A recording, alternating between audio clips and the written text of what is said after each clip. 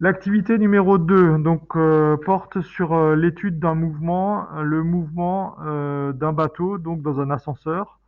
Le principe du fonctionnement de l'ascenseur donc, a été montré à travers la vidéo en classe. Et donc on a ici un bateau qui va utiliser donc ce système en rotation ici pour monter d'une certaine altitude. Et on se demande dans la première question donc quel est le meilleur référentiel pour faire cette étude. Donc on a un référentiel R1 d'un touriste qui est sur la berge, qui est immobile par rapport au sol, un technicien qui peut être installé sur le godet opposé, donc celui-ci, qui va être en mouvement, c'est-à-dire que quand le bateau va monter, ce godet-là va descendre, ou un autre référentiel d'un voyageur assis dans le bateau, donc lui qui va monter, par exemple, jusqu'à atteindre le canal supérieur. Le système, donc c'est le godet qui contient l'eau et le bateau. Et on sait qu'un référentiel pardon, terrestre doit être fixe par rapport au sol. Donc là, en R2 et R3 sont deux référentiels qui sont mobiles, puisque ça va tourner. Donc, a priori, je prends tout de suite uniquement le référentiel R1 qui, lui, est fixe par rapport au sol, puisque c'est quelqu'un qui est immobile sur la berge et qui observe. Et donc, c'est ce référentiel-là qu'on va utiliser pour décrire le mouvement du bateau. Dans la deuxième question, avec la chronophotographie qui nous est proposée, on se dit que le référentiel R1 est un bon choix, puisque si je suis sur le bord de la berge, voici à peu près ce que je vais voir. Je vais voir le bateau qui va monter au fur et à mesure. Donc attention, dans cet exercice, les poids, on ne les appelle pas M1, M2, c'est G1, G2. G comme centre de gravité, G comme gravité. Et là, c'est simplement les notations qu'il va falloir adapter pour répondre aux différentes questions qui sont posées. Dans la question numéro 2, donc on doit d'abord calculer les vitesses V6 et V8. Donc je reste proche des définitions du cours. Donc pour le calcul, par exemple, de V6,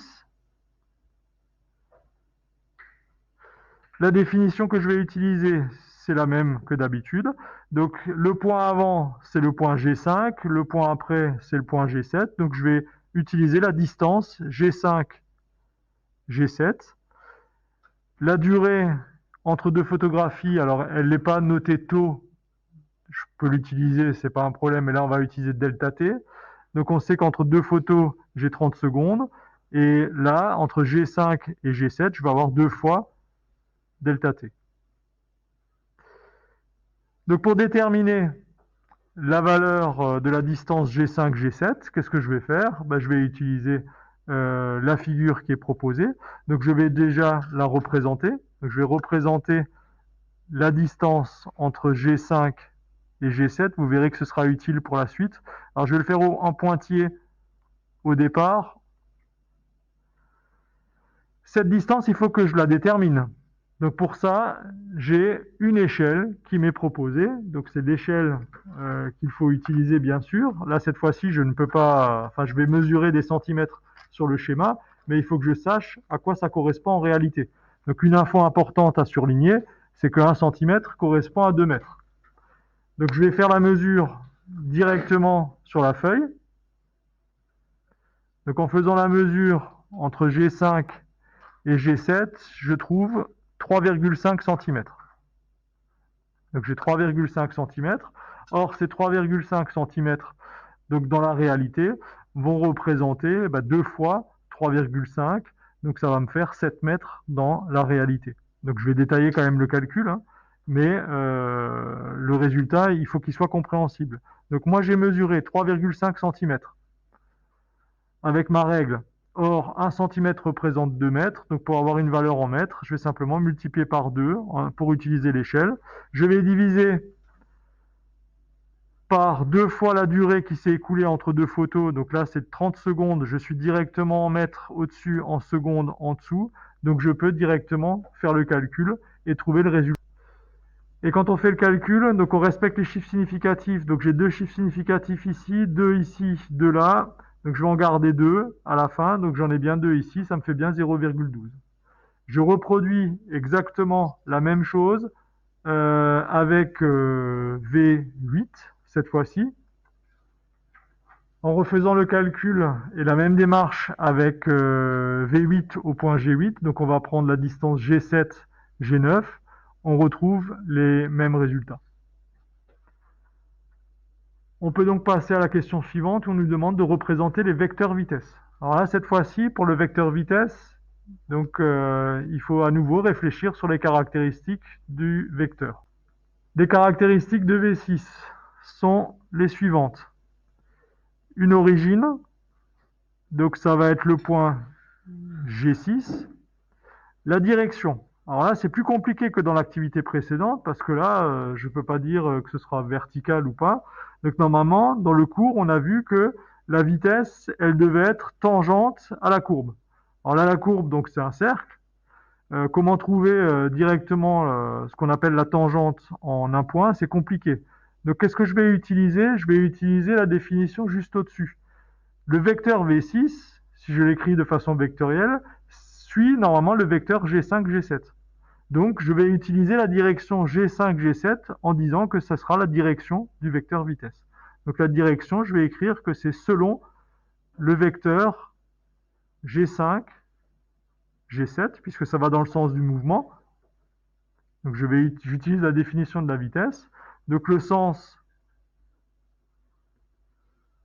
là on va dire que ça va être vers le haut, ça va préciser quand même les choses. Et la norme, donc elle vaut 0,12 mètres par seconde. Moi je veux une longueur. Donc pour ça, on va utiliser quoi? On va utiliser l'échelle, cette fois-ci de vitesse. Attention, ça c'est une échelle de distance. Ce n'est sûrement pas cette échelle-là qu'il faut utiliser. Dans la question 2.2, vous avez une échelle de vitesse qui vous est proposée. On vous dit que une vitesse de 0,02 mètres par seconde doit être représentée par un vecteur qui fait 1 cm. Attention, pour faire le calcul, je ne tape pas 0,12 fois 1 divisé par 0,02 puisque 0,12 c'est une valeur arrondie. Donc je prends la valeur exacte de ce calcul-là et quand vous faites le calcul correctement, vous trouvez 5,8 cm. Donc je sais maintenant qu'il va falloir que je trace un vecteur vitesse de 5,8. Alors maintenant je vais respecter toutes ces caractéristiques-là. Donc comment est-ce que je vais faire? Je vais utiliser ma règle et mon équerre. Je vais placer ma règle directement sur G5, G7, et je sais que ça me donne la direction du vecteur. Mais le vecteur, il doit démarrer en G6. Donc je vais simplement faire une translation, et par cette translation, je vais me translater directement avec un vecteur que je vais faire attention donc de faire vers le haut. Et je vais vérifier qu'il fait bien 5,8 cm. Et je mets la flèche, et voici le vecteur que je vais appeler V6. Donc, pour trouver l'origine, on a utilisé les caractéristiques. Donc, l'origine, c'est bien G6. Et on a bien un vecteur qui a une direction qui est selon G5, G7. Donc, j'ai tracé une parallèle, mais attention, qui part en G6. Et la longueur, je l'ai calculée avant, 5,8 cm. Donc, les valeurs sont les mêmes ensuite pour V8 que je vais reproduire tout de suite directement sur la feuille. Donc là aussi, on va utiliser G7, G9 qui va me donner la direction. Avec mon équerre et ma règle, je sais tracer une parallèle et je vais me placer correctement pour avoir un vecteur qui a une longueur, donc là aussi de 5,8. Et c'est pas grave si j'arrive presque au niveau du texte. Le tout, c'est de m'arrêter correctement. Et voici le vecteur V8 qui est tracé correctement. Donc voici les tracés qui étaient demandés. Alors le godet est en train de monter, donc les vitesses m'indique bien ce mouvement-là. On continue maintenant avec la suite. Donc très simplement, vous demandez des trois graphiques quel était celui qui représentait l'évolution temporelle. Alors la vitesse, je vois qu'elle a une norme qui reste constante a priori. Donc c'est le graphique B. Et ce qui va m'intéresser ensuite, c'est de donner donc la nature du mouvement. Donc on a un mouvement qui a priori est circulaire. La vitesse en norme reste constante, donc j'ai le droit de l'appeler mouvement circulaire uniforme. Question suivante, question 5, où là ça va devenir intéressant, il faut représenter delta V7. Donc delta V7, je vais déjà réfléchir sur ce vecteur, ce qu'il veut représenter. Avant de représenter delta V7, je vais définir cette variation de vitesse. Donc c'est la variation de vitesse entre la vitesse V8 moins la variation de vitesse entre la vitesse V6. Et là tout d'un coup, il faut tout de suite comprendre que, ah bah tiens, on m'a pas fait tracer V6 et V8 par hasard. Donc c'est pas le fruit du hasard, c'est que forcément, on va s'en servir. Donc cette valeur, vous ne pouvez pas utiliser les normes. Parce que si vous utilisez un élève qui utilise les normes, il va me dire, ah bah tiens, ça fait 0,12 moins 0,12, bah tiens, ça fait 0. Pourquoi est-ce que ça ne marche pas? C'est parce qu'on n'est pas sur la même direction. La direction de ce vecteur change. Donc il faut faire une composition des vitesses. Et donc ça, vous ne pouvez pas le faire ici par le calcul. Vous ne pouvez le faire que sur le graphique. Donc là, attention, quand on a un mouvement selon un axe X et Y, il faut respecter ça. Pour représenter correctement le vecteur delta V7, donc il doit démarrer ici, au point G7. Il faudrait donc translater le vecteur V8 ici en G7 et soustraire le vecteur V6. Donc c'est ce qu'on va essayer de faire du mieux possible. Je fais simplement donc une translation du vecteur V6 en l'amenant au point G7, puisque la variation delta V7 doit partir en G7. Donc maintenant, deuxième étape, on va translater cette fois-ci moins le vecteur, alors pardon, il faut qu'on recommence puisque c'est V8 moins V6. Donc au lieu de prendre V6, j'aurais dû prendre moins V6. Je vais le reprendre, désolé. Donc j'ai recommencé puisque delta V7 doit démarrer donc en G7, mais c'est V8 moins V6. Donc il faut d'abord que je recommence avec V8. Hein. Donc j'ai repris maintenant plutôt le vecteur V8. Et maintenant, il faut que je soustrais moins V6. Donc je vais reprendre ce vecteur, je vais le translater, ou ça, ici au bout de V8, pour faire V8 moins V6, ça va donner quelque chose comme ça. Donc on va le tracer ensemble. Je reporte maintenant moins V6. Donc voici une parallèle à V6. Donc je vais juste vérifier que j'ai la bonne longueur, donc 5,8 cm. Donc j'y suis bien. Donc je vous annonce que ici j'ai V8 moins V6.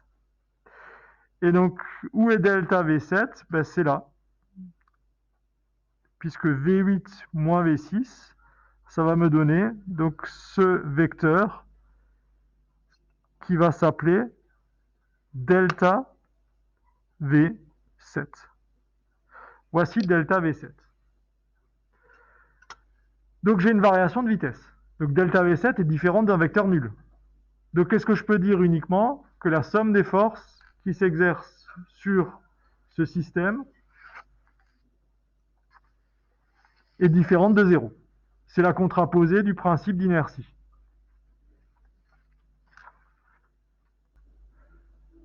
Donc delta V7, j'ai trouvé un vecteur qui est différent de 0. Donc on aurait pu le faire pour les autres points, hein. Bien sûr ça aurait été plus long, mais on aurait retrouvé à peu près le même résultat. Et donc qu'est-ce que je peux dire? C'est que d'après la contraposée du principe d'inertie,